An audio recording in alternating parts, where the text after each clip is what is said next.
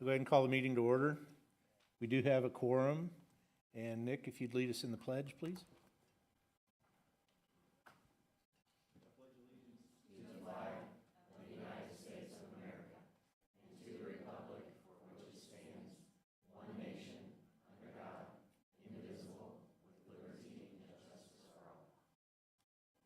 Thank you. I'd like a motion to approve the agenda as presented in the consent agenda. So moved. All those in favor signify by saying aye. Aye. Any opposed, same sign. Okay. Brings us to recognitions. And there are quite a few of them.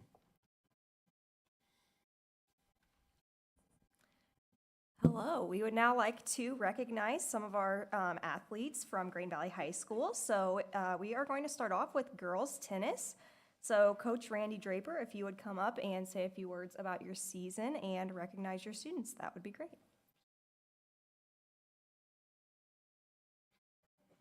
Come on up, team. That was you guys.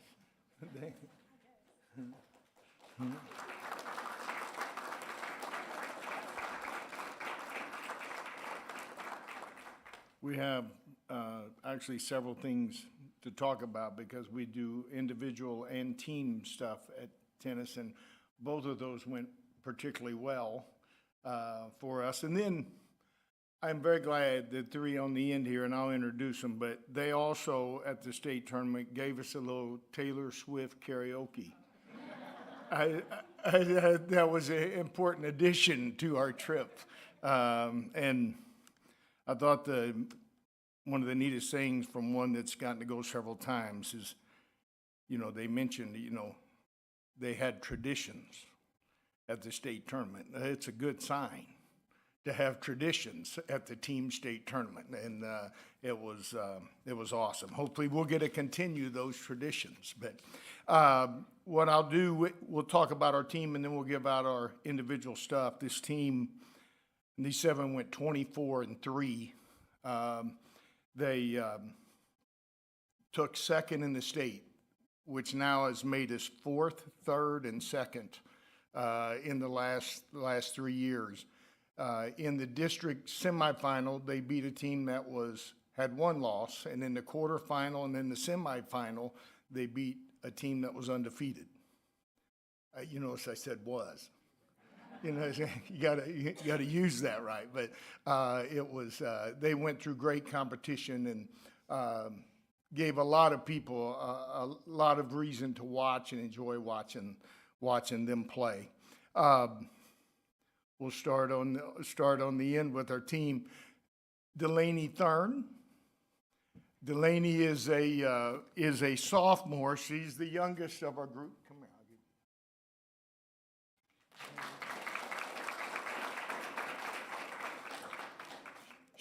What was great is she kept working at it and ended up being really important to our number 3 doubles team with her and Kate Barnes, and came up with some huge wins in the matches that were really close for us.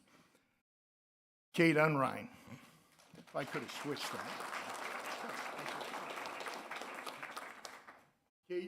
Kate is a senior who played number 6 singles for us, and is one that had played a lot of tennis and came up big for us this year and had a wonderful senior year. Kate Barnes.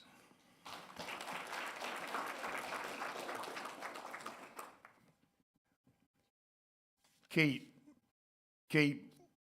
ended up going to the state tournament as an individuals qualifier, and played really well down there, but played number 5 for us. And it just tell you how good we were that our number 5 was going as an individual to the state tournament. We loaded pretty good, and we'll thank her. Brooklyn Spencer.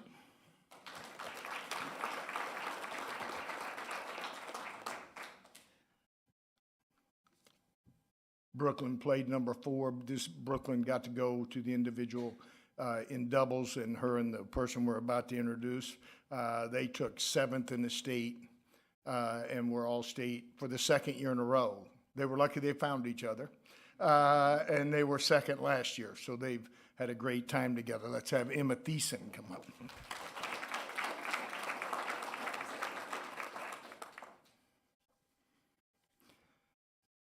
Thies is a senior who has taught me a special handshake that I didn't even know I needed to know.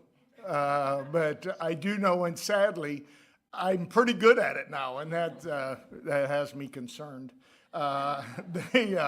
But those two together gave us a wonderful doubles team, and we'll talk about the others in just a second, but we came an eyelash away from having two state semifinalists in the doubles. We were that close. They both teams played so well.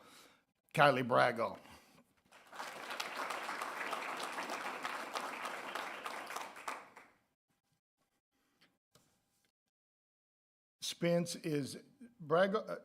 Barnes is a two-time state qualifier. Spencer is a two-time state qualifier, two-time medalist. Thiessen is a three-time qualifier, two-time medalist. Bragall, three-time qualifier, got her first individual medal this year as her and Finley took 5th place. Finley LaForge.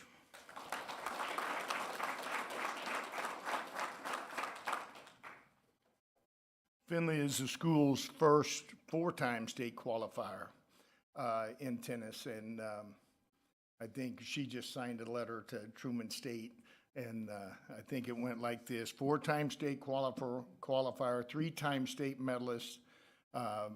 She's been the player of the year in the area 3 times, soon to be 4th. I'm just calling that one. And then she's played number 1 for a team that's taken 4th, 3rd, and 2nd in the state the last 3 years. This team has been very special. They like being together, which makes coaching them a ball.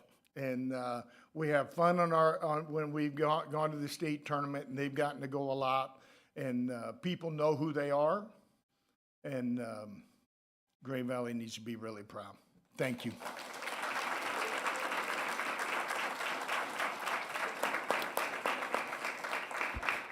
Coach, come in. Yeah, come in for the picture.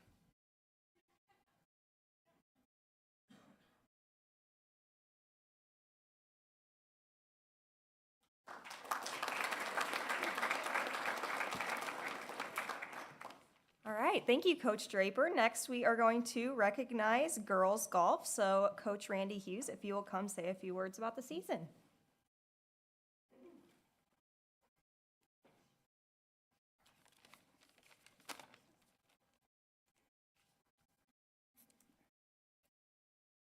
I want to thank the board, first of all, for allowing us to have the sports programs that we do for our high school and for all of our schools. So just a couple. I'm going to do some team announcement or some team accomplishments first. So we had a really great team. Actually, the last 2 years. Last year we qualified as a team to state. We actually got moved up a class, so we didn't make it as a team this year. But as a team, we actually set our school record multiple times throughout the year for our 18-hole score. We shot 357, which is a 90 average. It's actually lower than a 90 average for our 4 scores. So those of you familiar with golf, shooting 90s pretty good. So having four girls that can average that is pretty impressive. We set our 9-hole score. Course record as well with a score of 170. Conference champs in our matches for the year, we went 3-1. Lost to Blue Spring South by I think 1 or 2 shots. So it was a great year as a whole. So we're gonna do some individuals. So Mallory Crane, she is a junior this year. 3-year varsity letter winner. This is her 3rd time qualifying for the state tournament. She actually finished 12th place this year, which is all state, and she is the first one in school history to earn all state honors for the girls golf program. She's a 3-time all conference winner, and she has won the conference tournament twice in high school already. So we're expecting big things out of her for next year as well. No pressure. And then our other qualifier was Cena Tyler.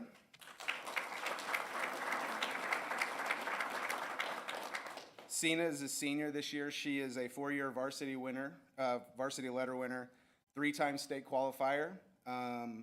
She finished 49th this year at the state tournament, which is really good. She was 4-time all-conference, for the conference tournament. It's been a joy to coach these two girls and the entire team over the last, 4 or 5 years. Before this group came along, we had 1 or 2 qualifiers, I think, in my entire time coaching. In the last 3 years, we've had multiple, and then the entire team go. So that goes out to just their hard work and, listening to me and coaching and listening to my assistant coach, Jones. So congrats and keep up the hard work.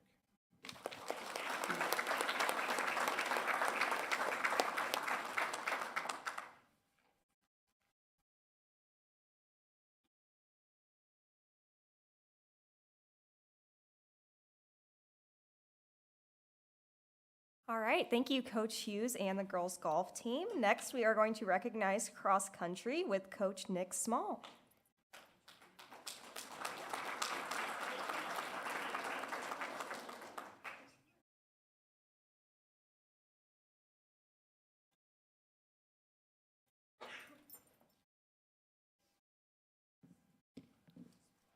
All right. Well, hey, thank you so much for allowing us to do this. Each year I get the pleasure of following that guy. And man, he's always so well spoken. But so here's the deal. As the cross country coach here at Grain Valley, it's been fun to get to do this year after year. We really do feel blessed to have a great crew to work with. Coach and I have had the pleasure of watching these young men develop into really solid athletes, and it's been a lot of fun, not just this season, but really, quite honestly, going all the way back to middle school, watching some of them develop. And this is kind of an affirmation, more so, of just the hard work that they put in each day. And I tell them all the time, they're constantly doing stuff for about 8 or 9 meets a year where they get to go show what they've done, and these guys do it very well. Just to give you a little bit of context, our program had the pleasure of at Grain Valley. If you haven't noticed, Grain Valley's been growing over the last 15 years since I've been here. I know we've been adding a lot of numbers, and we had the pleasure in 2016 to get to come up and compete against the highest class in the state of Missouri. So we are going against all the big schools. And we wouldn't have it any other way. We really enjoy it. I think it brings out our best, and this crew standing here definitely represents that. So in 2016, we started kind of a tradition of getting to qualify kids to state in that highest class, and we haven't looked back. I think this brings our number to 24, if my memory serves me correct, since that date. So these guys are just continuing a tradition, and we definitely appreciate the hard work that they've put into that. To speak to them individually here, we'll start with David Roberson.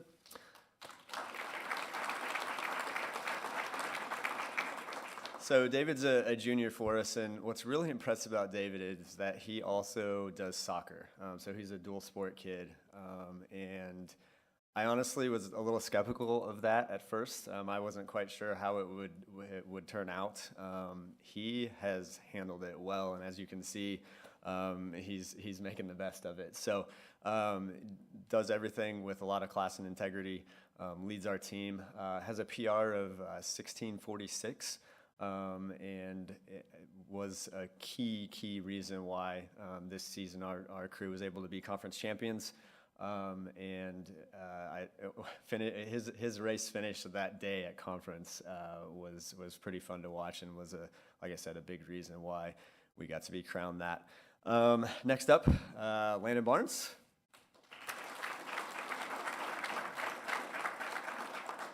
So Landon's also a junior, and this is his second year in a row qualifying for state. And we are very impressed with his progression. Last year he was recognized by mile split USA, not just in Missouri, but in the United States for being one of the most improved sophomores. And he just continued that trend. He was, I think, this season he knocked off almost a minute from his 5K from last season. He had already improved a ton from last season, and he did it again this season. Clocked in at 16:09 for 5K. Is currently ranked. Oh man, I say that now I don't remember. What are you ranked? It's cool. Fifth. I can look it up. But at any rate, he's ranked very high for our all-time 5K leaders here at Grain Valley. And we are very blessed. It's going to bug me. He's ranked 4th all time. So we are very excited, not just about this season, but what he's going to do on the track, and then as we head into next season for both these two here on the end. So that's Landon Barnes. Next up, Rylan Smith. Man, Rylan, it took some coaxing for Rylan to come out and run cross country with us. He was like, who does that? Like, who runs? He actually was really solid for us in track. He liked running circles, but we tried to figure out how he could run over hills and through mud. And he finally embraced it, came out for us. And man, he has not looked back. Last season, he was a state qualifier. He followed that up this season by being one of the best in the area. Clocked in at 16:02, which currently ranks 3rd all time in Grain Valley. I told him, man, you could have given me a couple more seconds getting crack into those 15s. But man, he has definitely kind of transformed what this team could be. We knew that we had something special brewing, and these guys were a large part. The two standing, to his right, were a large part in recruiting him out. Because this crew is just a big group of friends. Coach Draper talked about the friendships that is on his team, and I would echo that same sentiment between these guys and the other members of our team. They just are one big family. They do everything together, and that's the part that Coach and I really enjoy. And Rylan's a big part of that culture and what he brings each day, and what he demands out of the excellence he demands from his teammates is pretty infectious. And we definitely appreciate that. These guys can also sing a mean Taylor Swift. They said they'd be happy to if you have time. But man, thank you so much for having us out, board members. We appreciate this. This is a lot of fun, so thank you so much.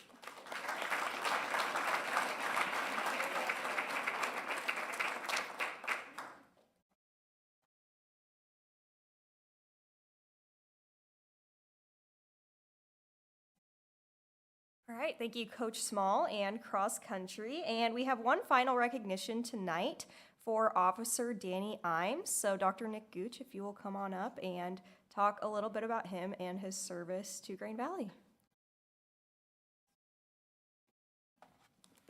Well, thank you.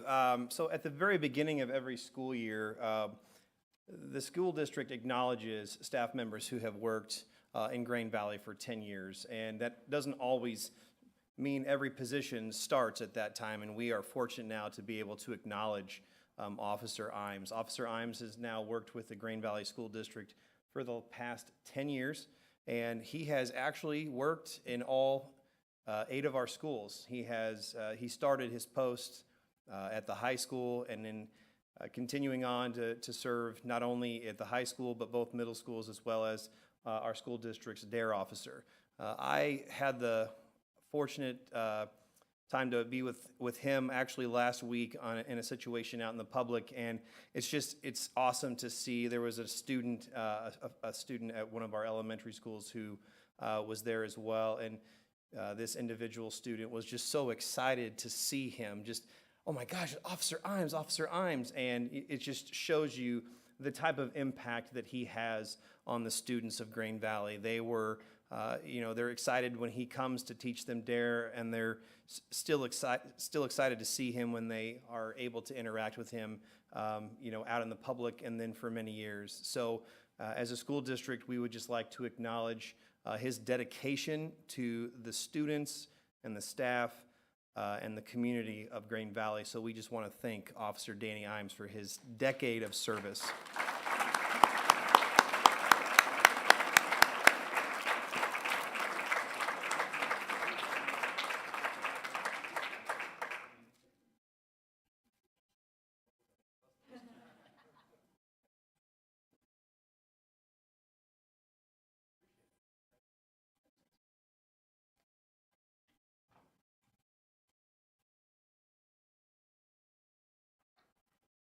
The recognitions are over. You're more than welcome to stay, but if you'd like to not stay, this is the time to leave. So, I like it.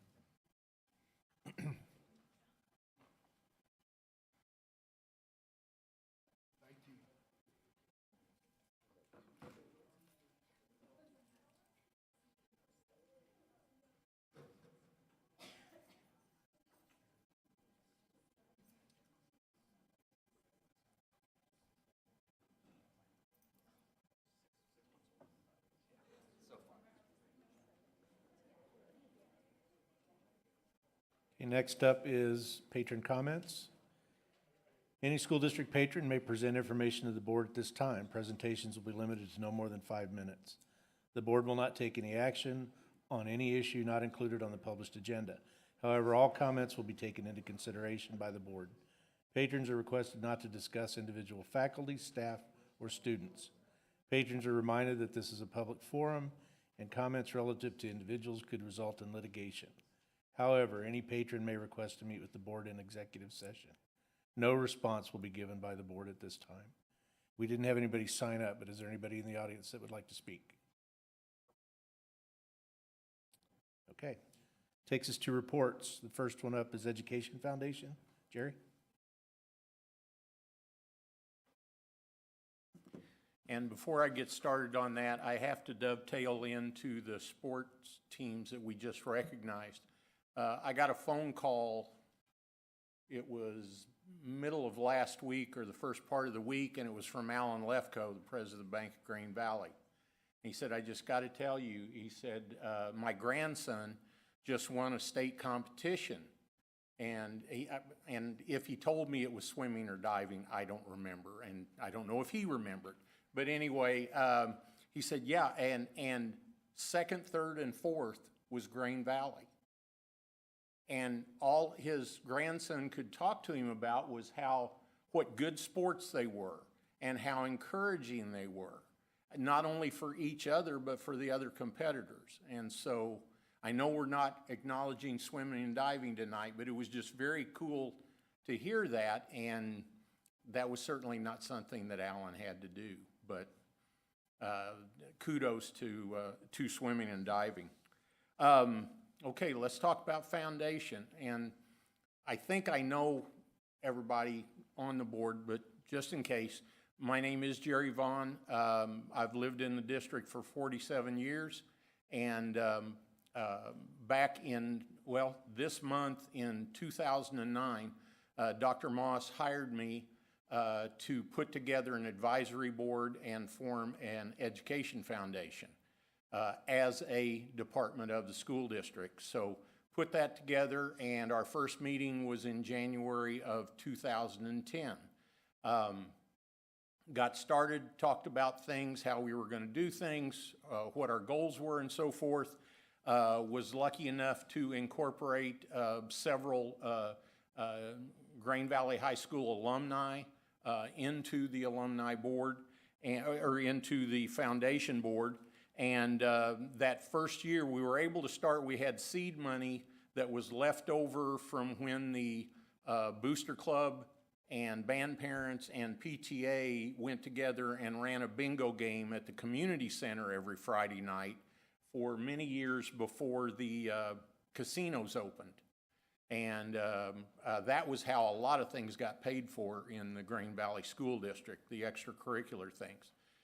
Anyway, they left some money at Truman Heartland Community Foundation for the board to use for scholarships or however they saw fit. So when we started the foundation in January of 2010, the board turned those funds over to us as seed money to get started. And that first year, for the class of 2010, we awarded 3 scholarships worth a total of $1,200. To give you an example of how things have changed, this past year, the class of 2023, we awarded 92 scholarships that totaled $104,650. So my, how we have grown. But you all all of you on the board received my report. Just hitting some highlights in the past 2 years, since it has been 2 years since I reported to you. In the past 2 years, the foundation has awarded over $165,000 in grants and scholarships to our students and to the staff of Grain Valley. And we've awarded more and more scholarships every year. We have tried to expand the classroom scholarships, have helped get different programs started, such as Bright Futures Grain Valley. And we have really tried to have an impact above and beyond what the school district does in teaching, you know, between the lines. I follow Dr. Welly's advice, and I don't go too far outside the lines, but it's kind of, I can touch it or I can see it. I might not be completely there, but we're trying to do special things for special kids and for special staff. Overall financial condition, what we have tried to do is basically, as we've brought in funds, we have tried to invest approximately a third of it in the students themselves through scholarships and training seminars, leadership seminars, that kind of thing. Another third going to the staff for classroom grants, for special training, bringing in special speakers and so forth to enhance their programs, and then a third going towards the endowment of the foundation so that we can be assured that the foundation will go on long beyond all of us and will continue to have an impact. One thing that I wasn't going to put in my report, but I did, was Dr. Allen suggested that I needed to let you all know, instead of how everything is going so great, what are my challenges? And the challenges are basically just not enough time. My position is 20 hours a week, 12 months out of the year. And there are always more things that we might possibly be able to do, but there's just not enough of me to go around. And so you look for things that will have the most impact and for the least amount of personnel involved. And so for several years, I ran the golf tournament by myself that we do every year. This year, because there's a resurgence in the Booster Club, they wanted to take part. And I just finished the numbers on that today, and we more than doubled the profitability of the golf tournament, and we shared that with we've always shared a little bit with the Booster Club, but we were able to share it to a much greater extent and everything, in addition to the high school activities department.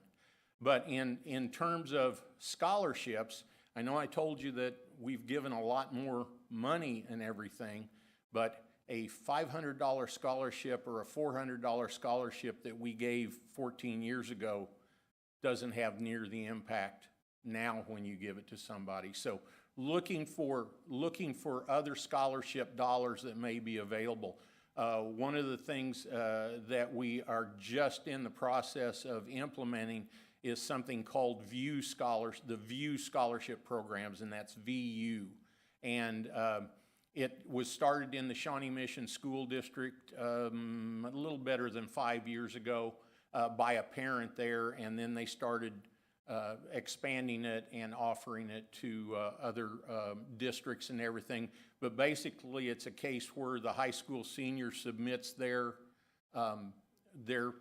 criteria, their age, grade point average, SAT scores, and so forth to them, and then VIEW goes out and submits that to, right now they have almost 50 colleges, universities, both 2 and 4 year, as far away as Iowa and Oklahoma, and then all throughout Kansas and Missouri and everything. And then those colleges and universities report back to the student and say, based on the information that you've given us, you qualify for this scholarship and this scholarship and this scholarship.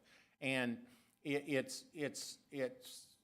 their experience has been that not only has it shown the kids that get the scholarships usually, it's shown them that there's a lot more out there that they are available for. But to me, much more importantly, are those kids that are in the middle that maybe they don't apply for the scholarships, one, because it costs money, and the other being they don't think, they defeat themselves before they ever actually apply because they don't, they wouldn't have anything for me. And so this way, the universities and colleges are telling them up front, we've got this for you if you want to apply for it and everything. And I think it can really expand the number of students that are able to seek an education beyond Grain Valley High School. The third thing that we want to do, and this is also involved with the graduating seniors and so forth. As you know, Grain Valley more and more has a lot of students taking part in and qualifying for and utilizing the A+ program. Well, we've really never had a system set up to, for instance, say, Billy's qualified for A+ and he's decided to use it, but he's also been awarded $10,000 in scholarships for, a 2 or 4 year program. Well, he doesn't need it for the A+, and by the time he comes, so I have been told that there are students making a decision of using or not using the A+ because they're afraid they're going to lose their scholarship money beyond that. And so I've been working with the finance department and with the and with the high school counselor center and everything. We're going to try to set up a system where, in effect, we bank those scholarships, and so that they're there. And so that way, if they complete their A+ program, then they've still got that scholarship money available to them moving forward. It doesn't cost us anymore, and it certainly doesn't put that student in an awkward situation of having to choose between utilizing the A+ or starting on into the 4-year program right off the bat because of the scholarship money that may be available to them. So those are the kind of things that we're looking at and trying to tweak and everything. So I'm very pleased with how things are going. They could always be going better, but I would welcome any questions that you might have. And I think my time was up. Jerry, I'm curious on the initial cost of the VIEW scholarship program. I just didn't know if you knew what that was? Yeah, or... it was $1,950, and the foundation paid for it. And that'll cover for because is it promoted to juniors and seniors? For the year. That's really up to the counseling center. Gotcha. That's really up to the counseling center. I know some of them, they promote the Andrew Marquez from VIEW Scholarship was telling us some of the school districts promote it much even earlier than that. But when we were in the meeting with Andrew and Drew and myself and all the counselors, I said, if you guys want to do this, if you think we can do this, the foundation will pay for it at least for the first year, because we're sitting there in September. Well, the budget's already set and everything, so that's really not an option for them to suddenly start paying for it. I said the foundation will pay for it. I'd much rather give $2,000 and potentially generate scholarships for 100 students worth hundreds of thousands of dollars, as opposed to giving two $1,000 scholarships to 2 students. I mean, the impact that something like that can have is wonderful to see. Now, the proof will be, in when we get it rolling and we see what's there. But yeah, initially I can see, of course, this year the foundation's paying for it, and maybe you can wean me off of that, and if it is successful to where maybe next year I only pay for 2/3 of it, maybe a third, and then, you know. But no, if it's good, I mean, I see the foundation being very much in favor of paying for the whole thing going forward. It's kind of like the KC scholarships, where we've been able to give 50, scholarships worth $10,000 a year for up to 5 years, and all we have to put in is $2,500 every year, and the KC Scholars, which was endowed by the Kaufman Foundation, they put in the other $7,500 every year. So it's a 3-to-1 match. So it was really a no-brainer, and so we've now got 2 going on that, and would love to be able to expand that as well. So, other questions? I do have one question, Jerry. I'm not sure that you can answer. Okay. I've been on a number of the different selection committees for scholarships over the years. And one thing that I feel has happened, and I don't have facts to back this up, it's just the optics, is that we have situations where we may have the same kids in a year getting a lot of the scholarships. And I don't want to cap them. I don't want to prevent them from getting that money. That wouldn't be fair to them. But what can we do to help spread that out and get more kids applying for different scholarships? Well, and see that in a nutshell is kind of what I hope we see come from something like VUE, to where a lot more kids. I think sometimes Johnny doesn't apply for the scholarship because he knows that Joe's got a better grade point average and all this kind of thing, and maybe he even knows that Joe's family has less money, so he's going to get more credit for, being there being a greater need, that kind of thing. And I think there are a lot of kids, and again, it's gut feeling, it's just in watching it, but it seems like there are a lot of them that maybe don't apply because they feel like, well, I'm not in the running to start with, so why bother? And that's something I'm very interested. I don't want it to turn into everybody gets a participation ribbon. Right. I am not interested in that at all. You're still wanting to award the best of the best. Agree. But it's like, we've got scholarships, we've given scholarships over the years for students at Sny Valley Academy as well as at the high school, for going to beauty school, we've got a scholarship that just got endowed last year by a woman in Independence whose husband had gone to school in Grain Valley and had never gone any farther with his studies or anything like that, but as she described him, he could fix anything. And so he was a mechanic all his life and everything. And so that scholarship is aimed at students that are going to go into,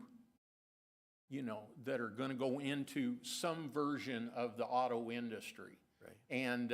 And so you maybe get Johnny that might be, maybe he was thinking about tech school anyway, and so maybe he applies for that as opposed to, because he doesn't feel like he's competing with the kid who he knows is going to go to Harvard or going to, or whatever. But, and again, that's a reason for trying to find a way to make sure that those kids utilize both A+ and the rest of the scholarship money. And I would hope that would encourage more kids to apply to try to do the A+ program if they know they are going to have a bigger pool of scholarship money to draw from. So. I will say, when I was with Truman Heartland and we did the scholarship evaluations, and I don't know how you fix this, but we evaluated maybe 20 different funds. We rarely ever had a Grain Valley kid apply for any of them. And they make the contacts, but, so I'm not sure why we didn't have our kids apply for those. It may be the same thing that you're saying, they just didn't think it's too competitive, or I don't have a chance, but there's a lot of money being left on the table through not only your foundation, but also Truman Heartland and other sources that kids are not applying for, and I don't know how we fix that. And see, maybe we need to clarify for them, because I think a lot of time, because we do make people aware that all of the foundation funds are invested at Truman Heartland, you know, but because we want to keep them separate from the school district funds. Right. And so they are invested up there, and so I wonder if sometimes kids almost feel like they're applying for Truman Heartland funds when they're applying for funds. Some of them don't realize, I don't think, that we are another department of the school district. Foundations, K-12 foundations, the one thing we have in common is everybody does it different.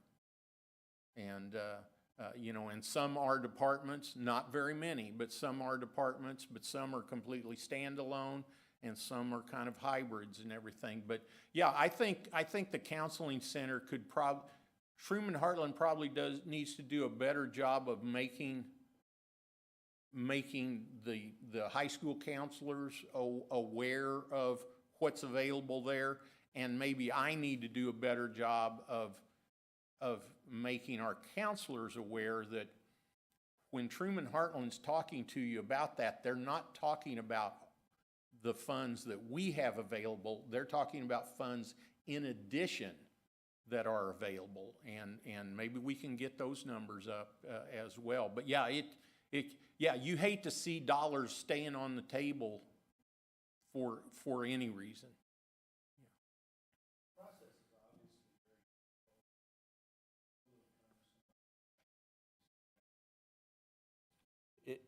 There's just a lot of money that we're not giving away, that sounded horrible, but the kids aren't being able to take advantage of. Yeah, very true.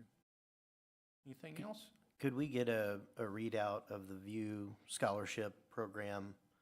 I don't want to wait 2 years. Is there any way to do that after this season? Just not necessarily the full evaluation, but just how that program worked for us? Yeah, I'll be happy to. We'll report it back. Okay. Yeah, Okay. you and Dr. Allen. Yeah, because I think the counselors actually hope to have it in place definitely before we break for Christmas. So it will impact the class of 2024. And then, yeah, because we didn't meet with VIEW until September 25th, so it took a little while to work through the process. Yeah. Anything else? Ladies and gentlemen, thank you very much for not changing the locks on me. Thank you, Jerry. Next up is the community survey results. Yes, we're pleased to have Mr. Rick Nobles return back with us after his group, Excellence K-12, completed the community phone survey. So, Mr. Nobles. Thank you very much. Indeed, last month we completed a phone survey of 300 randomly selected head of household registered voters who live within the boundaries of the school district. The calls were placed to both cell phones and landlines, so we got a little bit of everything. They were dispersed to match your population pattern. So we completed a certain percentage in each of the population pods that we were given. When you do random digit dial, combined with that, it gives you a margin of error of 5.6%. And that's what we have on this report. The first section that we ask is always a grading section. We ask people to grade various things in the district because you don't need in-depth knowledge of the district to have an opinion on whether or not students are safe or things like that. Want to talk for a minute about your scores and give you some context. Top performing areas, quality of school facilities, 4.76. And so people give a grade of A, B, C, D, and then we convert it to a 5-point scale. Safety of students, 4.68. Quality of technology available, 4.56. And so on. To give you the first piece of context, I present dozens of these reports in an average year. Unfortunately, I present reports where school districts have no grades above a 4.0. That their top grade is a 3.82. you have preparation of students for college at 4.32, which usually comes in at about 3.32. So what that results in, and it's misprinted in your in the copy of this, you guys, says these are the highest rated factors we've seen on this type of survey compared to similar school districts in Missouri and the Midwest. That is incorrect. These are the top scores we've ever seen from any school district. Give yourself a hand. That's thanks to them. Truly amazing. We were flabbergasted and really tickled for you. We then have an open-ended question that is strengths and areas of improvement for the district. Strong academics and curriculum top the list of strengths, along with caring and good teachers. In terms of areas needing improvement, the top of the list was don't know, and the second was doing fine as is. And that's terrific when you have a don't know on weaknesses, doing fine as is, and then always spend money diligently and budget. The next statement we have is the next section we have is a statement exercise where we make a statement, we ask people how much they agree with it or don't agree with it. And these are kind of civic type questions to see if you're civic minded. The first one, it's important to keep all school buildings up to date. 100% strongly agree. Important to pay our teachers and staff to be competitive. 98%. Quality of the district provides a strong foundation for property values. 97%. We haven't done this section of this enough to know what the highest scores are, but this is certainly the highest scores that I've seen that I can remember, and we'll go back and look at that. The only one that was under 80% was the district does a good job of listening and responding to community opinions. And there's a couple of things that I can recommend, and I will to Dr. Welly, that will help in that arena. Support or opposition for tax levy ideas. And again, we asked, we told people what we wanted to do, and we asked them if this was part of a ballot box issue, are you more likely to vote for it or against it? So we had the two ideas, both had a positive response. Providing competitive pay for district teachers, 79% support. Providing the facilities and staff to offer higher levels of academic and behavioral support to those who may need it, 72% support. Gosh, I've seen that, half of that, 36% of that. Support or opposition for a tax levy increase. After hearing these two ideas, we asked people for tax tolerance for the owner of an average home, which is $250,000 in the district. More than half of respondents said they would support or strongly support a 25-cent tax increase, which would mean $119 per year. I haven't seen one over 100 passed in the last 3 years. When opponents and those who were undecided were asked about their support of a 20-cent tax levy, $95 per year, it increased to 65%.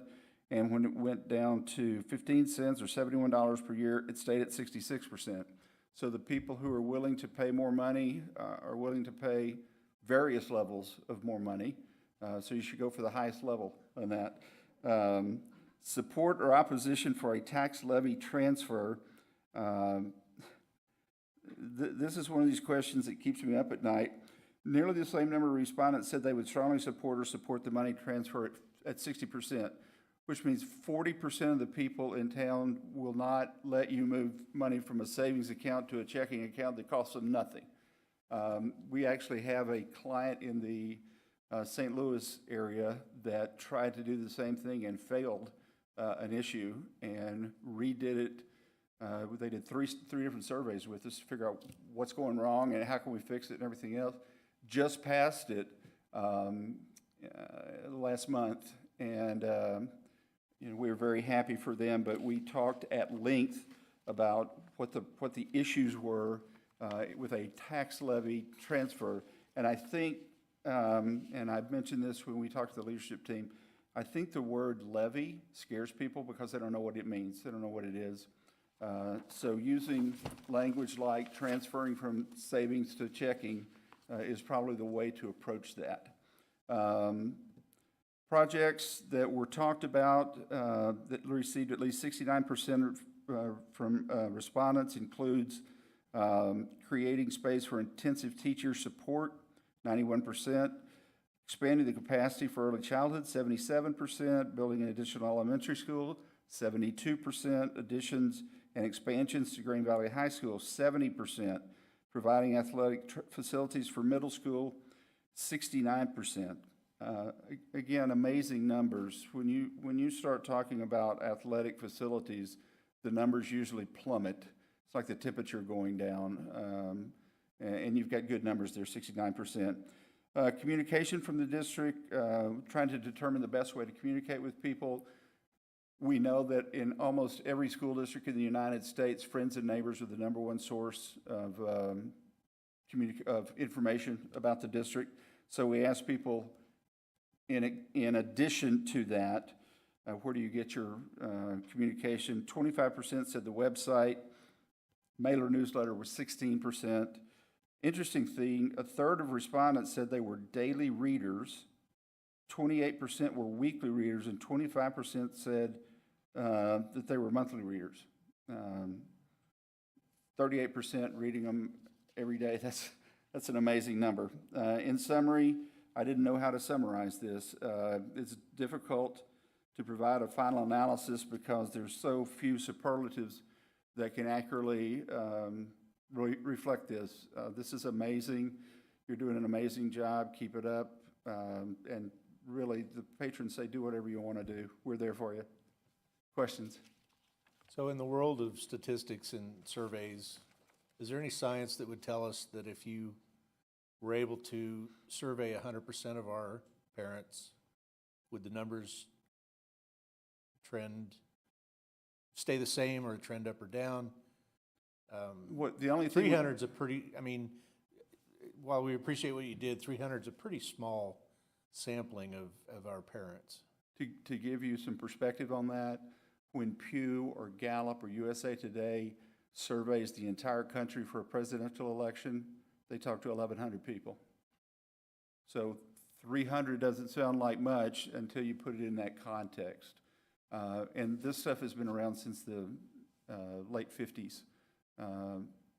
When I first heard about it, I thought 300 was a joke, but we've seen time and time again that it's not, that 5.6% works. Good question, though. So I know, I'm pretty certain we talked about it the last time you were in here. The folks that were contacted were 100% random? Yes.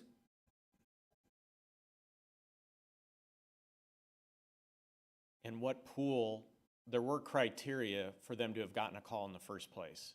Yes. So it wouldn't have been just absolutely anybody. No. So what were those criteria? The three criteria that we ask are you head of household, male or female? Are you a registered voter? And do you live in the district? Now, because I bought a list of people who live in the district, I know they live in the district, but if they don't, I don't want to talk to them. So that's the criteria that we use.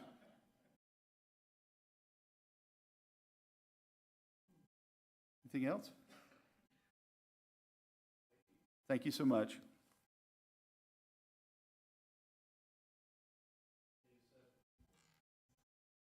Dr. Allen? Okay. So really this is in two parts.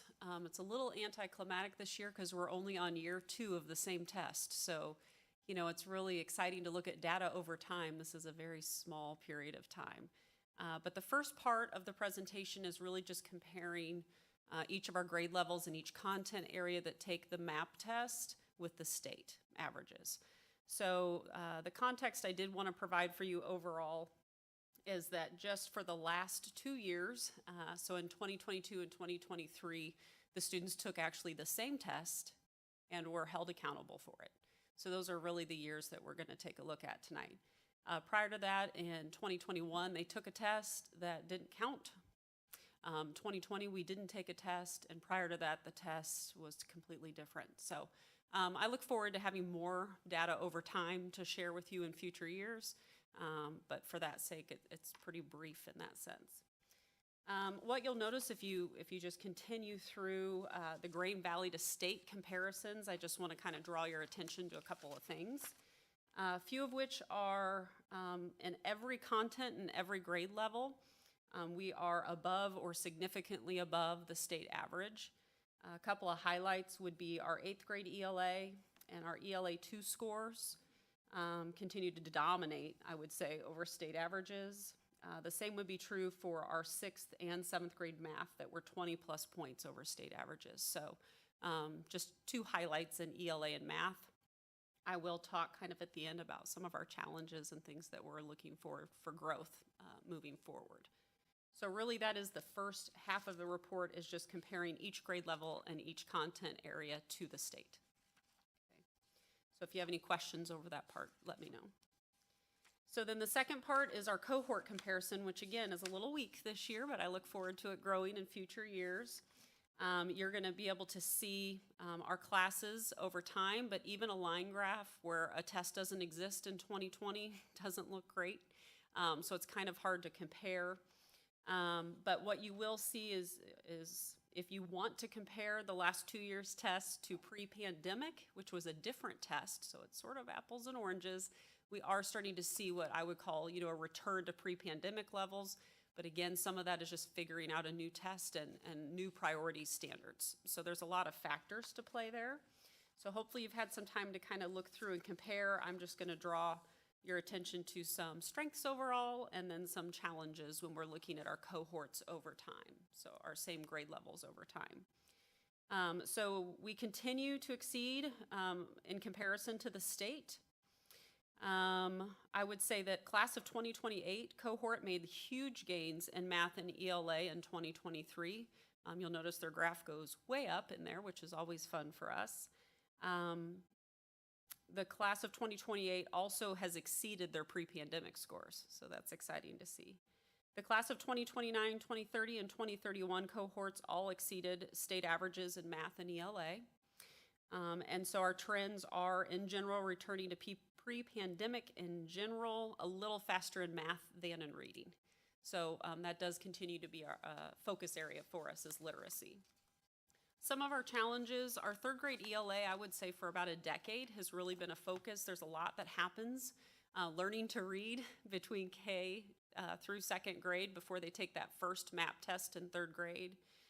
One of the things that we're going to be monitoring is our structured literacy program that we've implemented, as well as a switch to our new vendor iReady that's going to help with a lot of our gap filling and some of our MTSS processes. So we'll be really eager.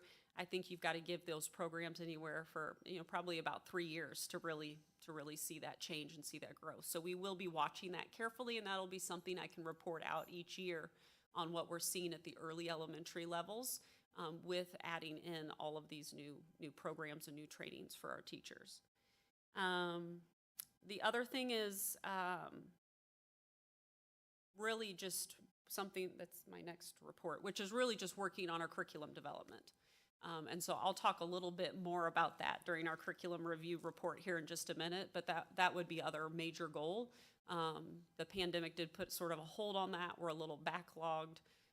And our goal there would be to basically revisit all course curriculum every 5 years, and we're kind of far from that point right now. So I'd like to see us, start to gain some speed and recover that pattern that would be more normal and keep us relevant and more up to date and closer aligned with how we're assessed by the state. But I'll take any questions over what you saw. Yeah. So, yeah, overall, it looked like everything looked like it was really good. There was the 3 points that I saw. The one that you pointed out, 3rd grade ELA. Yeah. Basically, when I was looking at it, if we were below any of the state averages, it drew attention. Or one that really I was looking at was the 2027 math cohort, or class of 2027 math. How that one came back together I wasn't quite sure what that cause was. So something, without boring you too much, but what we see and what happens a lot when we look at students from 7th to 8th grade to 9th grade, okay, which would be that cohort. So the 2027 are current freshmen. That's one of my kids there. So last year they would have taken the test in 8th grade. Previous to that was 7th. We have a big change that happens in 8th grade. We start our algebra track. So what happens is those all get reported as an EOC for Algebra 1. So we take out our highest performing students, and it's usually, I'm going to go with 30% on average, are removed from MAP testing. And so those 30%, they're scored at the EOC, which is a really high, like we do very well on that, but we do tend to see an overall drop in 8th grade math then. And then we start to see a return once they start working on EOC.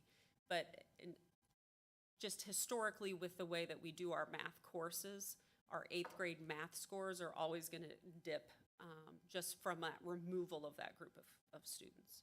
So, do I have this right? If we peel off, if you assume that the top math students in the 8th grade they choose algebra, then the rest of the students, of our 8th grade students, outperformed the state average. Correct. Okay. And the other one was 5th grade science. Oh, that one looked like we were below average as well. I've got a few proposals for science for next year. I will say one of the things I feel better about for science for this year, as you know, in elementary, our primary focus is reading. Our next focus would be math, and then I would say science and social studies. What has really been interesting is we've adopted iReady this year, as I've had conversations with our teachers, is that iReady is taught around themes that really bring in a lot of scientific topics, which has been really interesting. And so the teachers are learning it really in-depth science through reading, through the reading program. So one of those other things that we'll be measuring besides just the effectiveness of iReady overall is probably maybe some of that impact that we see in science as well. Most of the content that they're using in these thematic units tend to be on the science end. I have a few ideas of my own, but again, most of those take funding, so that's always a catch-22, but I noticed the same thing. So I have two. The first one is, I know that you're working on getting the curriculum caught up from the pre-pandemic. Is the student fog that we created with all the pandemic changes, is it clearing up? I mean, are the kids getting back to normal as far as studying and all of that? Because I know with the homeschooling and the online schooling and everything that we had to do for that couple of years, we were afraid that we put them behind. And Yeah. so is that gone or mostly gone? I think a couple of the impacts we're still feeling, one would be attendance. It's something that we're working on, that our building principals are working really hard on it, and that is it's a fine balance between you don't feel well, you really shouldn't go and get others sick, but also, we feel like taking a vacation. I work from home a lot more than I used to, so let's take a vacation in the middle of the year. Just some of those, there's just a lot more people working from home and a lot more accessibility for kids to be home. So I would just say attendance is something that we're feeling. In general, I think, we're also still working on some of the mental health needs and some of those other areas with students, and I don't know that I can blame all that on the pandemic, though. I think some of that is just the times. So it's hard to kind of differentiate those. But I will say that we have more supports in place in our district than we ever have. And we continue to grow and continue to plan for even more. So what I do see is our teachers putting in even more work beyond academic than they ever have before to really make those connections with students, to make sure students are well emotionally, physically healthy, all those additional things as well as academics. So it's a tall order, but I do think they're passionate about it and up for the challenge, and we continue to try to provide the professional development that they are requesting to better support students. So The other We're in the question I right had direction. was, so they've only taken the standardized test for 2 years. Mm-hmm. Is there any discussion at all of changing it again? Because it seems every time you guys get used to, and the kids get used to a test, Mm-hmm. somebody comes in and changes it and completely messes all that up I think there's a good chance. So, this year. I think there's a really good chance. So they had talked for years. I had been prepped prior to the pandemic for years that coming about this time in the next couple years, we were going to see like a 3-time-a-year test. Like it was going to go from being once a year to looking at growth, which we were in favor of, honestly. The pressure of just that one day of testing to see how much a student knows is, I mean, you know, we've all been there. That's tough. Well, we have a Blue Ribbon Commission now that is out there studying Success Ready Student Network, it's called, and they are basically applying to the State Board of Education for a waiver to be excused from taking the MAP, which they haven't been. By the way, they're still taking it, but they're going to continue to push that and instead use their vendor, like for us, it's iReady. Other people, it's other companies. And to be able to report that to the state to show we are holding kids accountable, here are our growths. The state has not given them permission to do just that, so they're basically doing both right now. So now the state said, well, I don't think we're going to change the test just yet. Let's wait and see how this plays out. This commission along with the state Board of Education. So the only thing I do know that's coming is they're switching the vendor from which we test. So like the computer system that we use is about to change, but I do think now we're sitting back and we probably will have the same test for the next year or 2 years. I don't know how to predict how long this will take them to sort out while they wait and see how these districts participating for waivers, how that progresses. Anything else? Thank you. So that takes us to the curriculum report, which again That's is me amended. too. Switch tabs here. So we had the pleasure of doing our curriculum review committee on October 30th. We got that in right at the end of October. We had an amazing group turn out for that. We had a hefty load. We had 12 curricula that we brought to the group. We prepped them way ahead of time with getting to choose, so we grouped them in groups of 4 curricula and said, pick which group you'd like to belong to, like which curricula speak to you the most. So they got to choose their group. We're provided the information ahead of time because it's a large document, you know, scope and sequence and all the curricula and all the resources. So they had several weeks to dig through that. But then when they came the night of in their small groups, so all these people were working on the same 4 curricula, we had the teachers who wrote the curriculum there to sort of present it. So they could give sort of a eagle's eye view and drill it all the way down to where there were questions and be able to respond and answer questions, you know, any wonderings from our group. So we have several people in the audience who were either served as teachers that facilitated the night or were participants in our curriculum review committee. I did get a volunteer for a committee chair from Mrs. Marissa Giangrasso. She's sitting there behind Dr. Smith. And so our committee chair is here tonight in case you have any questions directly for her. But what we found to come out of the night, I took feedback from both the teachers who facilitated as well as from the committee members that were there. And so from their survey data, you know, had words like this was insightful, this was amazing, you know, we love the dedication, it was great. They got to rate 5 out of 5, you know, however many out of 5 stars, and out of 23 people, 22 of them gave us 5 out of 5. So I felt like the experience was well received, would probably be the words I would use.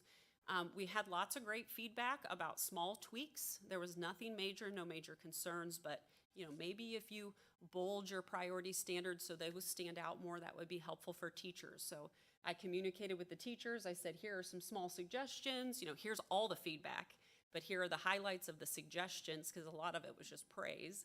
But here are the suggestions. They made some tweaks. And so what I bring to you tonight is their revised versions post curriculum review committee for your review. But again, any more specific questions you have for, you know, I know Dr. Taylor was part of this. Our committee chair is here tonight. Any questions that you have about the process or the curriculum there, here as well as me. So I don't have a whole lot of questions right now, but maybe one or two. So I know at the onset of this process, there was a lot of anxiety about this new committee being formed. Did it play out fairly well? Was there anxiety throughout the process, or did it work well? My only anxiety comes from time. Like, I just have a lofty goal for us to kind of do some catching up. I felt like I was able to develop a system that's going to allow us to move forward at a pretty quick pace. When I sent out the process, I got some feedback from both teachers and community members, like, that's a lot of curriculum. Are we going to be able to really do that? And so that's why I was really passionate about creating some sort of survey at the end of the night so I could get a measure. Like, should I continue this? Was this too much? Should I pull back? Should I add? What to do? And like I said, I talk with my hands a lot. We got 5 out of 5 from all but one, and the one had a suggestion of 3 curricula instead of 4. That was the one feedback suggestion. So I feel like that would have been the opportunity for somebody to anonymously say, this wasn't what I was expecting, I wanted to see this, I wanted to hear that, and I didn't have any of that. So I felt like both from the teachers and from our community members that it was very well received. You said they had several weeks to look this over, or several days Weeks. at least. Mhm. It was weeks to be able to. Did it seem like everybody took advantage of that and had things that? Well, I'm not going to out somebody if they didn't do their Well. homework, Mr. Williams, but I will say I had people come with the curriculum printed out with notes on it. I mean, there was a range, I would say. But what I would want to commend everyone that's here and everybody who participated was their engagement in that night, the thoughtfulness, the questions, the things that they thought of, both bringing their experiences as students or maybe their own students' experiences, suggestions for maybe future of how you could connect that to things in the real world. I mean, it was an engaging back and forth conversation the whole night. So, I can't say enough wonderful things about the people who agreed to be part of this committee. This isn't, you're a general community member. I'm not sure this would be the committee I would sign up for. It's a lot of work. Yeah. But they put in the work, and they came and they put in 2 solid hours of pretty grueling hours, and providing that amount of feedback. It was like taking notes all night. So, Well, like it I seems said, I like applaud everybody. Seems like they took it then, and did what was needed, and that's what we wanted from that. So They did, and I hope it was positive for our teachers, because I was able to share the feedback, not just the things to change, but all the positive praise, which was an enormous amount that I think really speaks to all their hard work that they put into it. Some of them that had finished this, a year and a half ago and have been waiting, so most of this was well over a year ago. So I think that was rewarding for our educators as well. I'll just comment from being there, and it was a great opportunity for our stakeholders to ask questions of our teachers, to kind of dive in and see what's going on, ask those pertinent, poignant questions that need to be answered about our curriculum. And I think that the unknown, yes, was anxiety-filled because it was unknown territory. And when you saw it all come together and the immediate feedback, so I appreciate the immediate feedback that was given, really made it feel more like an involved process for everyone. So it went very well, and I had already sent you an email saying thank you for how you guys have put that together, because I think the community and our teachers appreciated it.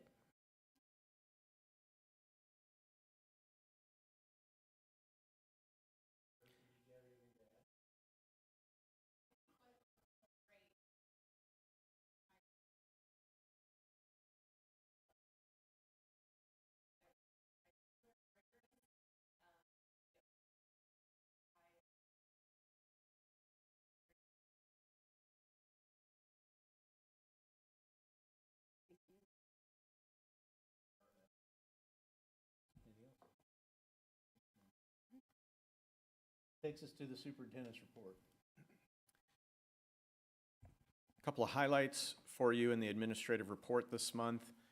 Did want to draw attention to the fact that the Grain Valley High School hosted their annual college and trade school fair on November 2nd. They had over 60 colleges, trade schools, and the armed forces there. Representatives were on hand to talk to our juniors and seniors. And although I wasn't there this time, when I have been there to observe in the past, it really is a neat thing to see our students come in, and they're a little nervous. There's a lot of our students come in with a plan. They know that they've got certain people that they are definitely going to beeline for and make sure that they get to the table. But they might make other discoveries in the room that day as well. And then you see looks on other faces, and you kind of wonder, okay, maybe it just got real for that student when they walk in the room, and here we got to start making some decisions. We got to start thinking about some things. So I commend the team at the high school, because it really, it fills the gymnasium. It really is a powerful day, and the kids take that very, very seriously. Also wanted to, we're in this new building. The old building is a distant memory for those of us who work in this shiny new building, but we are working to get the old building removed. There was part of that process is that there is an environmental report study that is done. They did pick up some traces of asbestos in part of the building, and so that will be mitigated. It doesn't seem like that's going to be a big deal, but it's just one more step that will happen. So Dr. Gooch is working through that, but certainly didn't want to go without the board being aware that there was a little bit of asbestos in the drywall in part of that building. Was that communicated to the fire department? Because they've been training out there. Since they were in there, yes. And once the environmental report was, we got the results back, it was communicated that moment, and they have not been in since. So we were able to get to the fire department before they started cutting holes in the walls. Will it be able to be mitigated to the point where they can use it?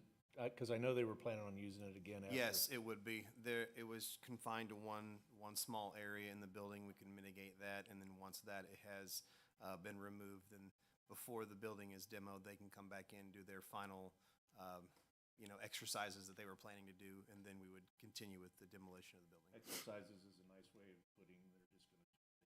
Yep, sure. But it's good to know that it's limited and they can still get some training. Correct.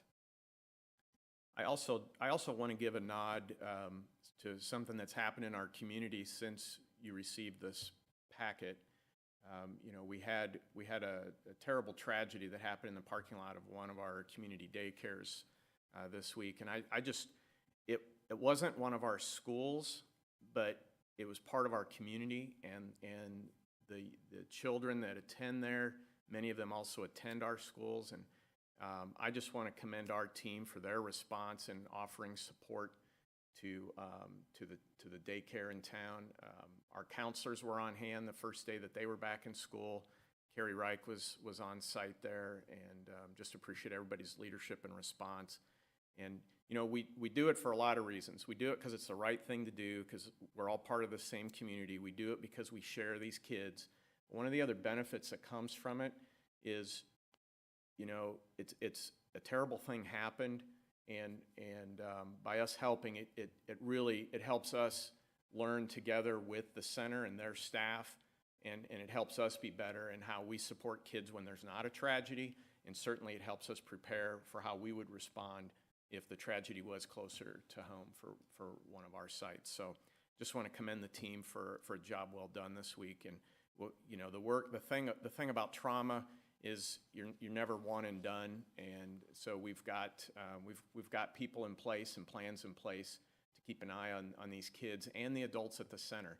And I think this is easier to say because it was not our direct tragedy, but the adults who work in a facility where something like that happens, they're victims too.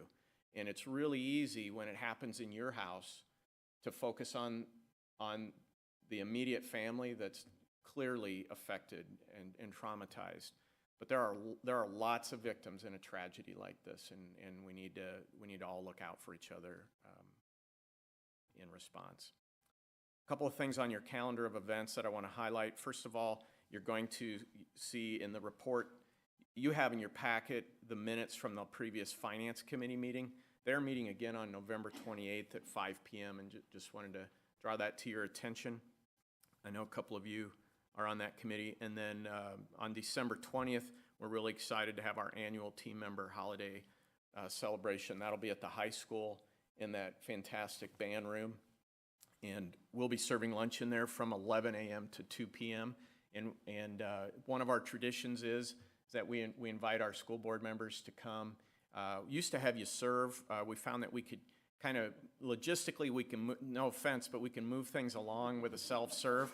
But we still want you there greeting, mingling, and it's a great event. And it's kind of the same format we've used the last couple of years in the new band room, and that's a great event. We'll do a 3-hour early release that day, so it helps families get launched for the holidays, but it also frees up our staff to make sure that they all have time and they don't have to have subs and coverage and everything else, and they can come over and have a meal and have some fellowship before they begin their holiday. So besides the core of the superintendent's report, you also have a financial summary for the budget year to date. You have a construction update. We got some great progress going on in Phase 6 at the high school. And then our annual, I think this was annual substitute survey. So you have the results of the substitute survey. So we would take questions on any aspect of that report, any of those reports. I think I take offense to the fact that we slow down lunch. I thought we did a fine job, Eddie. I thought we did. Jared and I were turning it out. I don't know what you're saying. You were not the logistical problem. I think being on the stage at the high school that we had grossly outgrown. But once we got hooked on a self-serve line, like it moves along. So, sorry. The financial report is outstanding. I really like the setup. It makes it really easy to follow. So thank you very much, Dr. Gooch and team. Thanks. Really appreciate it. Yep. Just as I was going through the academic and student services report, I noticed there were a few of the building level reports that had put out the percentage of parent-teacher conference participants. I'll point out that early childhood had 100%. Congratulations. But there was only a few of them that had them and not all of them. Is there a way to capture how well all the buildings did? All of our principals keep track. They get to choose their top 3 events they share, but I certainly can get that to you. They all have their numbers. Yep, that's easy. Okay. So the ones that don't come to the parent-teacher conferences, I assume there's still a way to try and reach out and hit those parents and. They do. Some of them will do virtually if they happen to be out of town and they want face-to-face. Sometimes it'll be over the phone. And sometimes it'll be a parent who, I'll just give an example, had an IEP the week before, stayed after and talked for a little while about how their student was doing and didn't feel the need to come in. But they're very passionate about tracking down every single family to make sure. And a lot of that falls on the shoulders of our teachers a lot of times. So they'll have a group that they're responsible for, and they will report out to their principal, I had these 27 kids, and I've gotten hold of everyone, and here's everyone who's coming, and here's the 3 who aren't and why. So yeah, they're very diligent because that's extremely important to us. It's our best face-to-face meeting that we have. The high school, of course, does it a little differently. They're just at-risk conferences, so their numbers will look a little different, but K-8, I can get you easy. High school will just look a little different. They have enrollment conferences then in the end of winter in February where they'll see all families. Okay. So it's just a little different. But yeah, that's easy to do. Anything else? Finance Committee meeting minutes? Yeah, we include the minutes here as part of our report.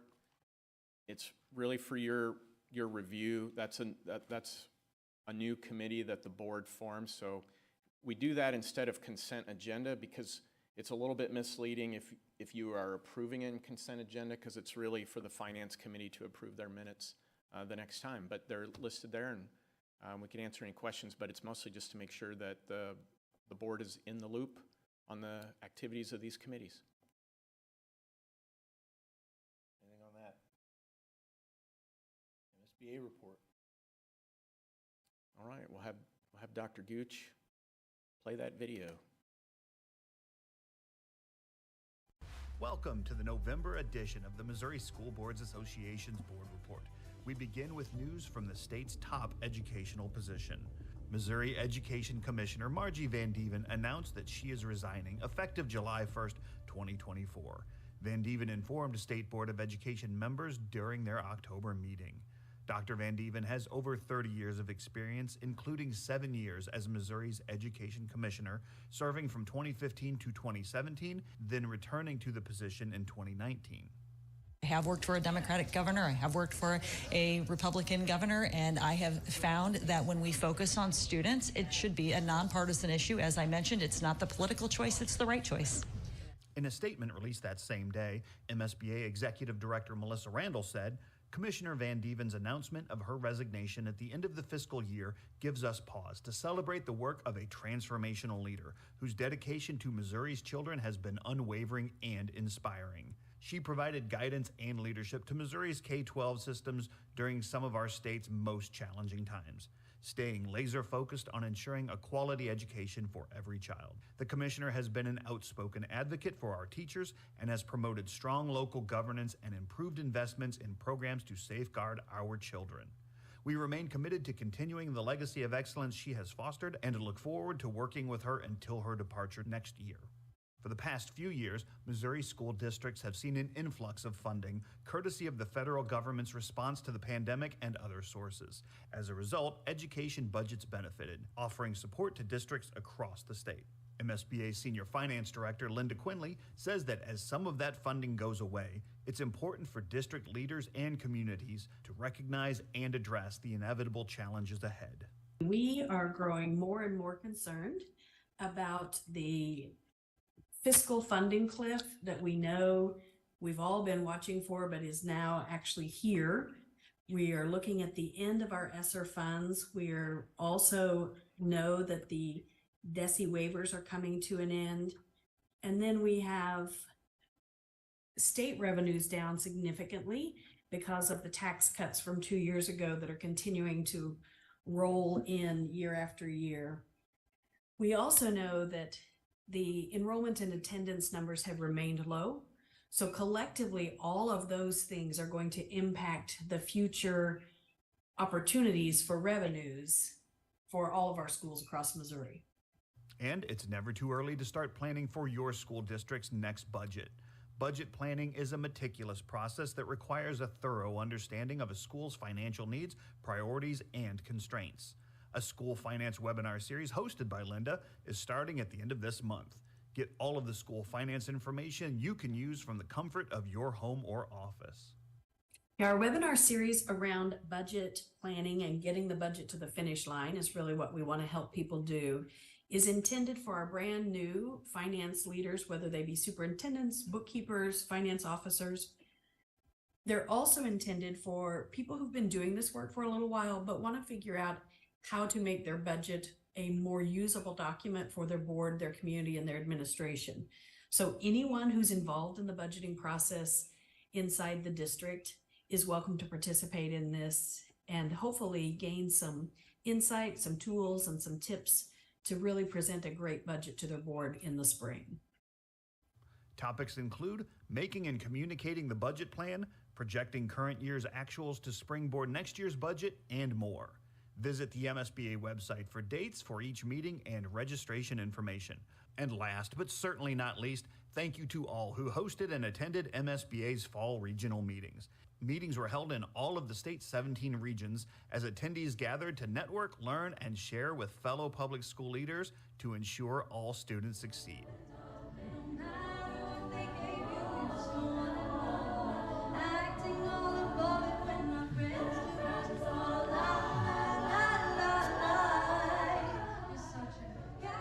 that's it for this month. Thanks for allowing us to have some time at your board meeting, and we'll see you in December for the next MSBA Board Report.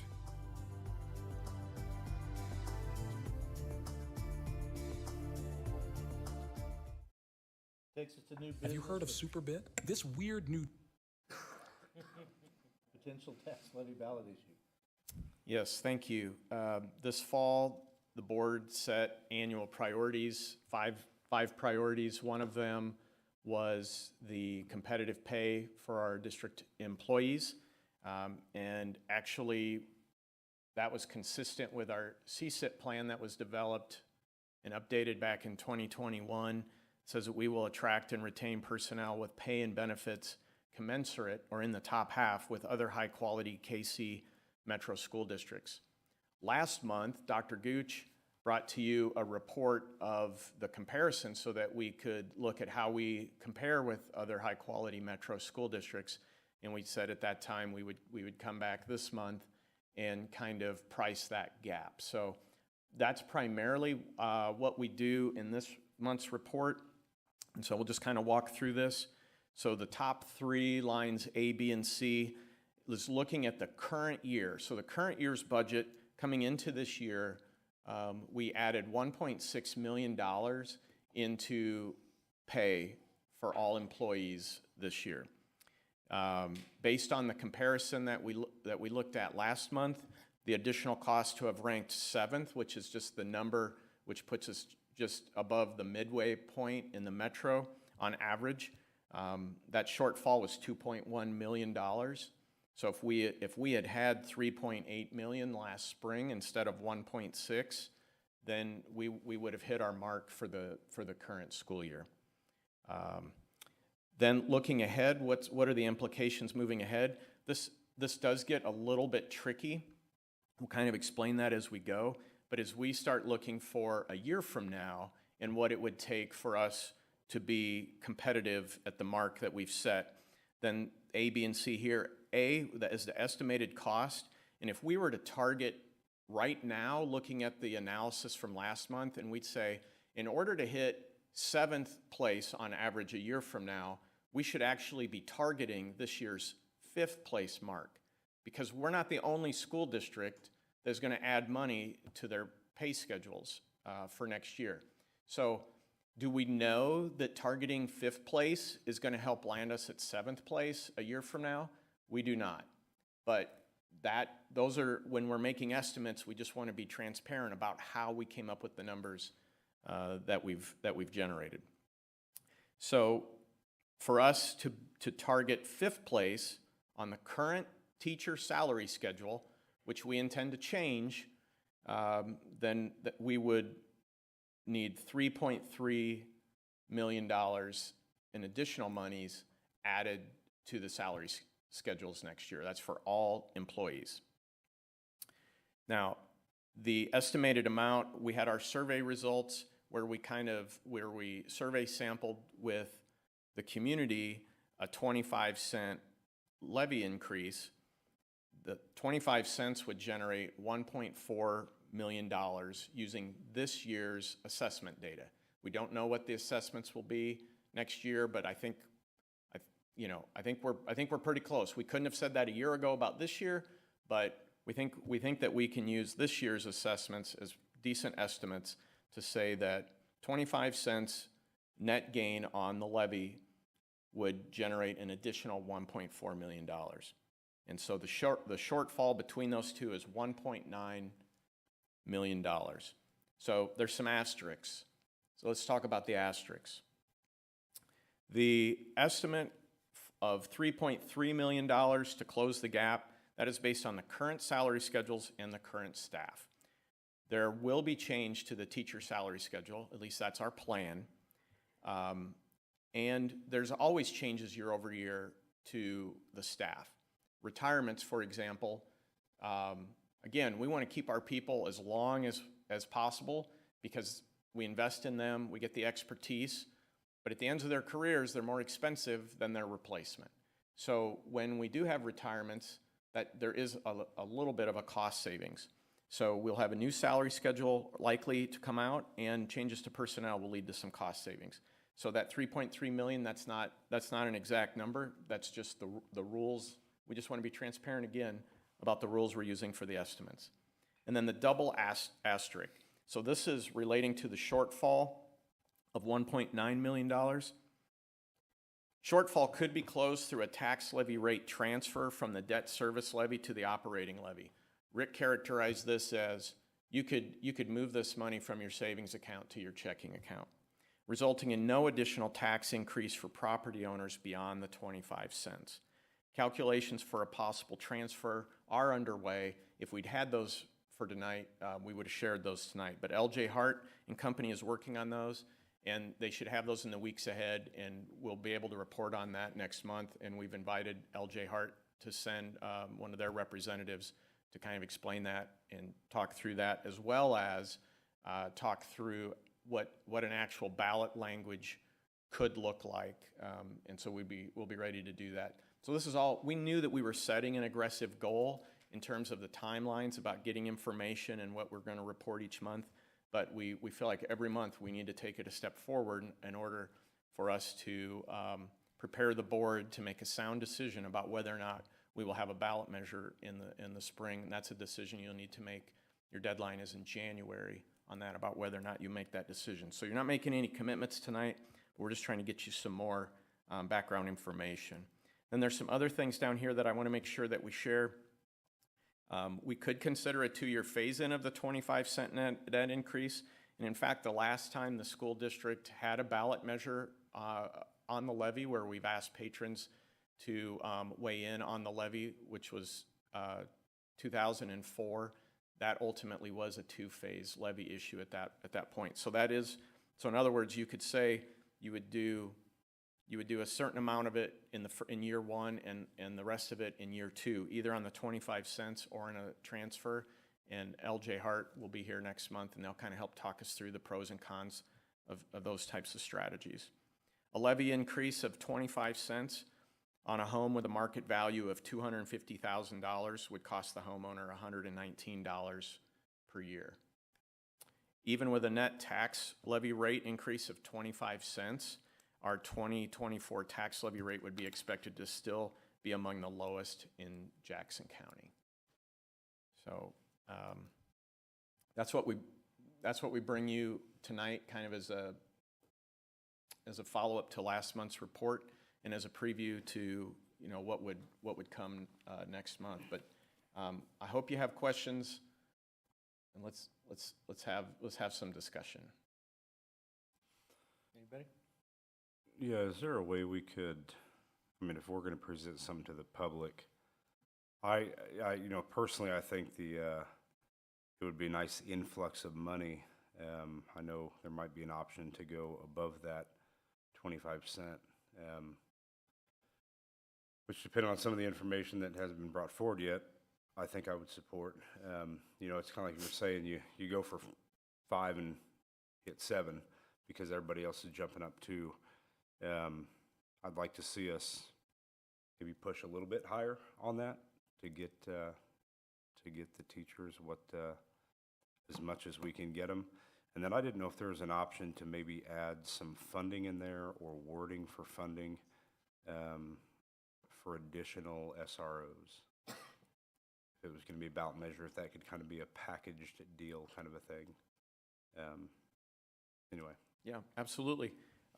We could choose to go higher than 25 cents. And I think once we have a calculation of how much we could afford to transfer, that would be part of those components. Because certainly if the debt we've incurred and the projects that we want to do in the next 2 to 3 years, if those things don't allow us to move from debt service levy, which is currently at $1.70, into our operating levy, we wouldn't do that. Like, we need to be able to make good on our promises. And so if that number wasn't very great, then we'd be more inclined, obviously, to accelerate the impact. We could go 30 cents, or we could go, whatever that is. So. I do like that breakdown too, that $991 a month or whatever, or sorry, 119. Yeah, 119 a year, $991 a month. If it goes to 40 cents, it's $12 a month. And to me, it's $12 a month for the benefit that would give the district.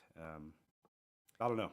And to your second question, you know, this is just looking at competitive pay, but that doesn't mean that competitive pay is the only thing that the board could choose to focus on with this levy issue. We could do school safety. We could provide other mental health services that we're not currently able to do. So there's a lot of things that we could do with this levy. And what I will say is that one of the other priorities this year is safety and security.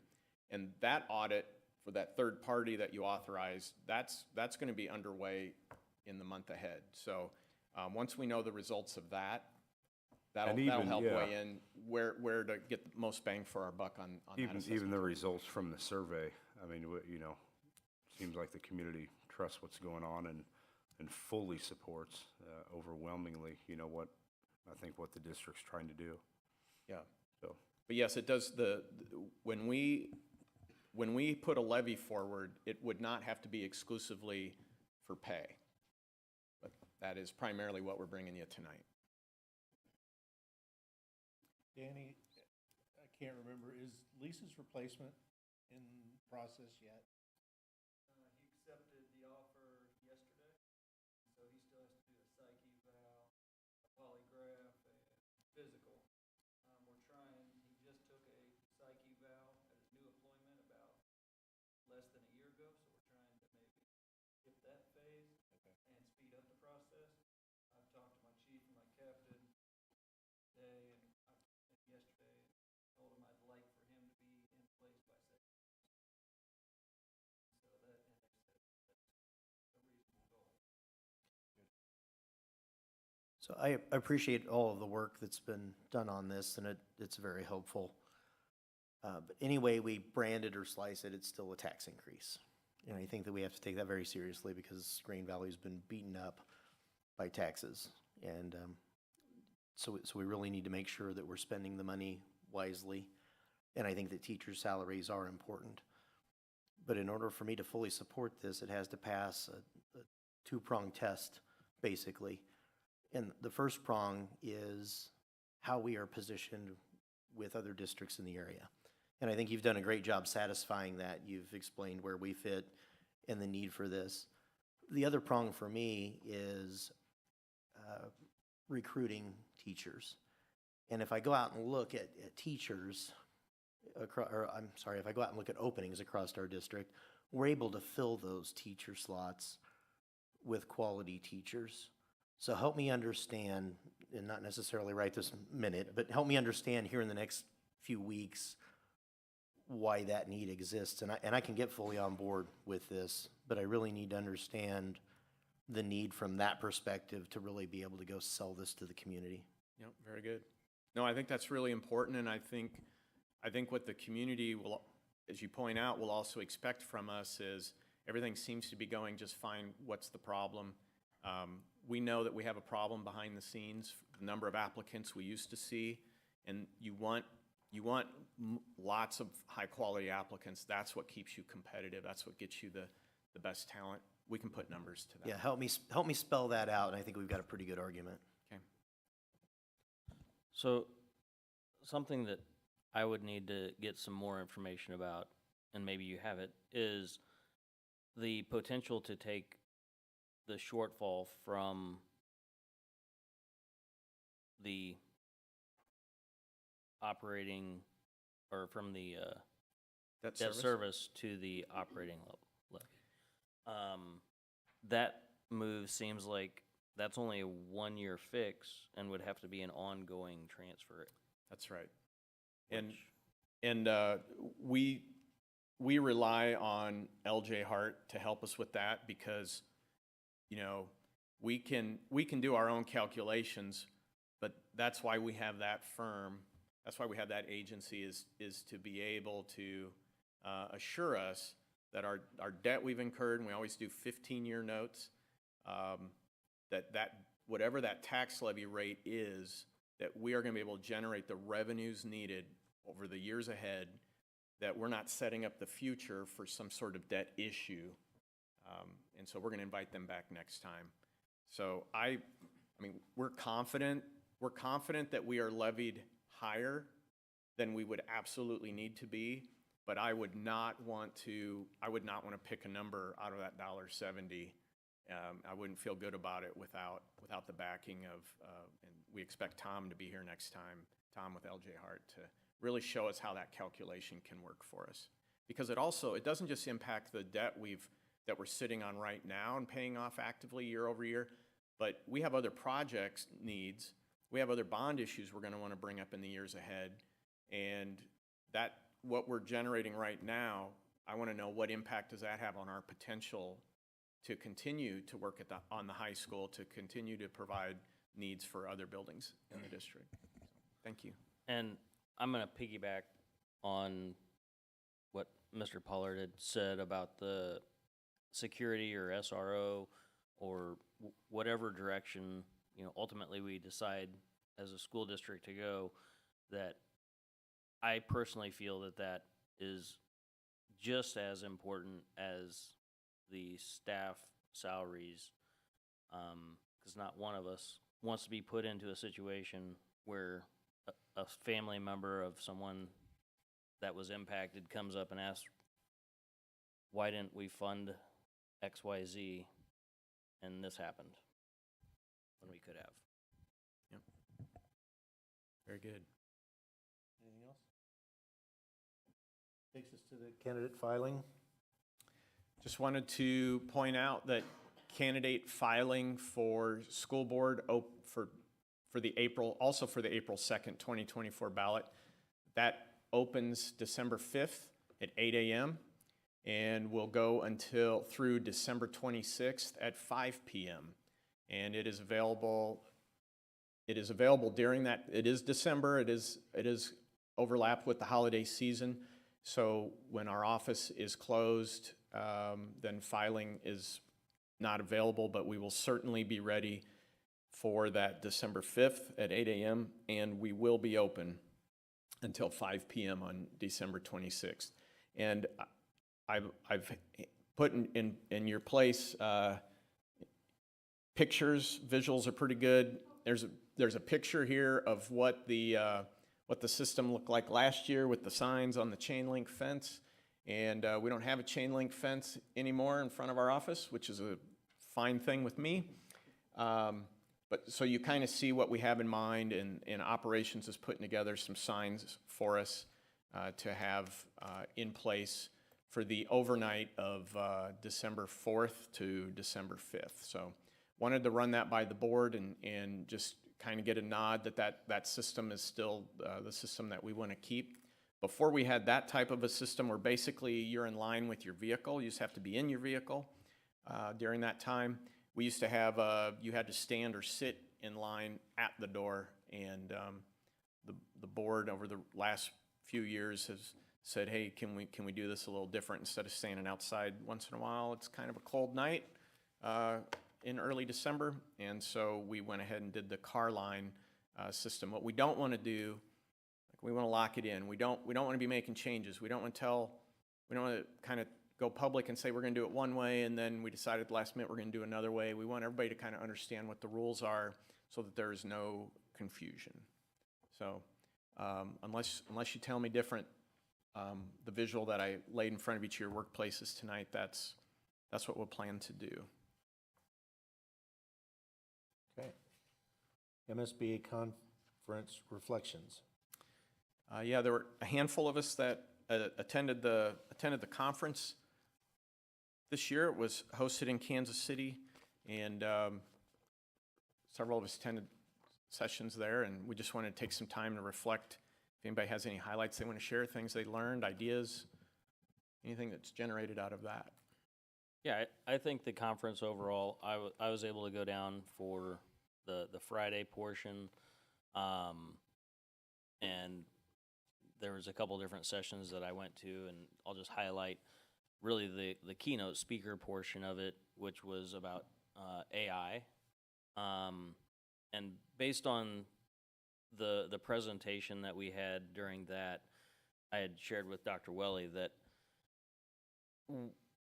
with the AI that is going to be available to all of our students is going to make teachers' jobs very difficult to actually get kids to learn anything.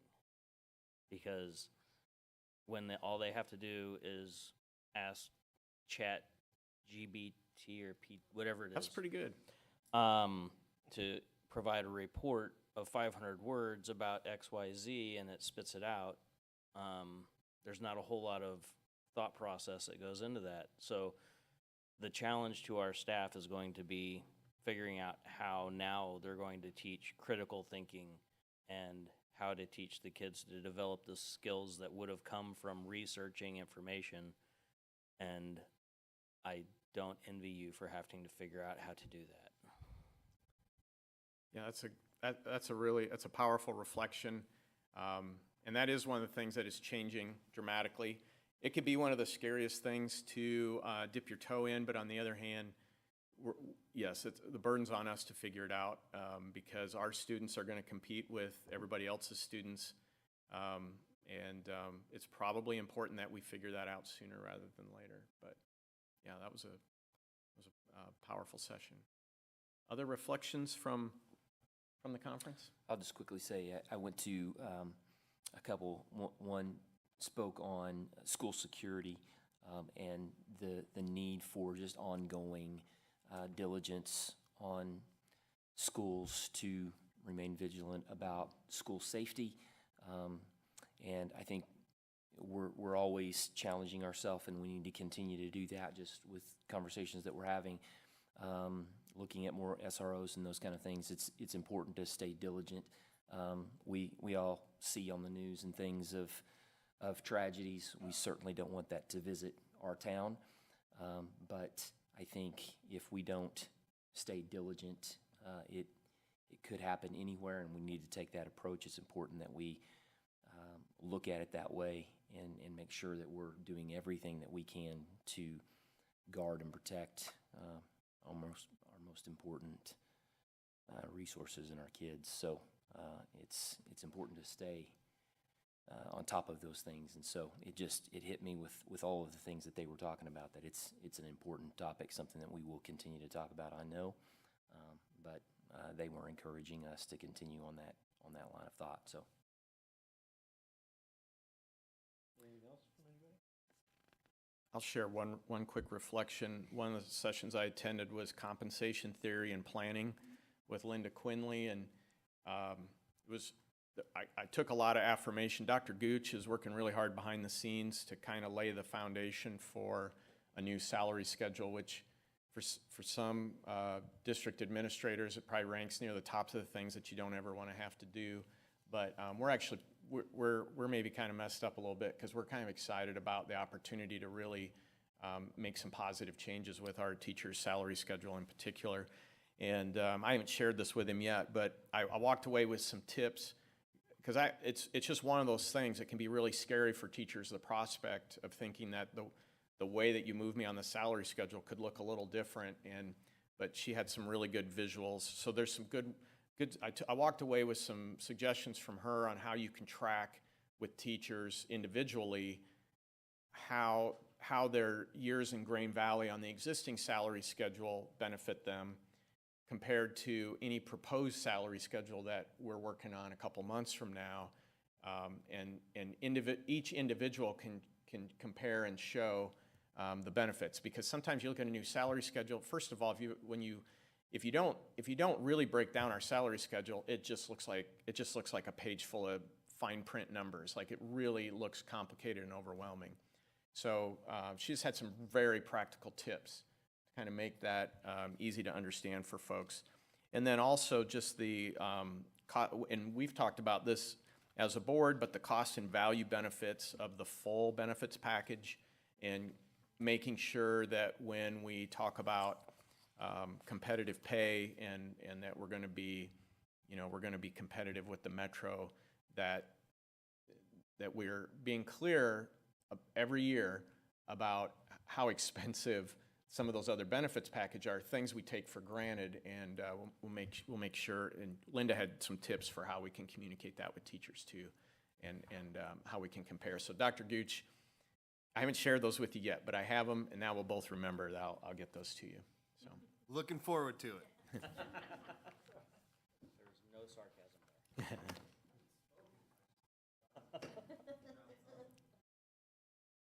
That was it for me. Anything else? Takes us to board policies. The first three policies, this is the third reading. I'll ask if anybody's got any comments on those first three before I ask for a motion. So I'd ask for a motion to approve policies AC, BBF, and EF as presented. So moved. Second. Lance? Yeah, yes. Julie? I'm a yes. Yes. Yes. Okay. And then the first reading or any comments on Board BBBA-1, board member qualifications. And I just want to highlight, there's one change on here, and it's consistent with statute that the board candidate has resided in the district and Missouri for a minimum of 1 year immediately preceding their election or appointment. Okay. So we'll see this again. Yep. Can I add a comment? No. Unless there's objection, we could bring that back next time for approval instead of 3 reads if we want. Yeah, if everybody's happy with it, we can get it out of the way. We can bring it back as an action. Sure. That takes us to the end of the agenda. My turn. Before I read this, just a couple of things that I wanted to mention real quick. I got to be at the high school this week when we had 19 students sign letters of intent and to colleges, and Brandon said that's the most that we've ever had. So that's a cool thing. I thought that was really neat. And then anybody that wants to travel to Webb City with us for the state quarterfinals, feel free to join us. We need some support down there. It's a long ways to go. So, all right, I get to read. Make a motion to adjourn and go into executive session as authorized by the provisions of section 610.021, numbers 1, 3, and 13 of the revised statutes of Missouri. We need a second. Second? Second. Jared? Yes. Yes. Yes. Yes. Everybody is. So we're adjourned. Thank you all for coming.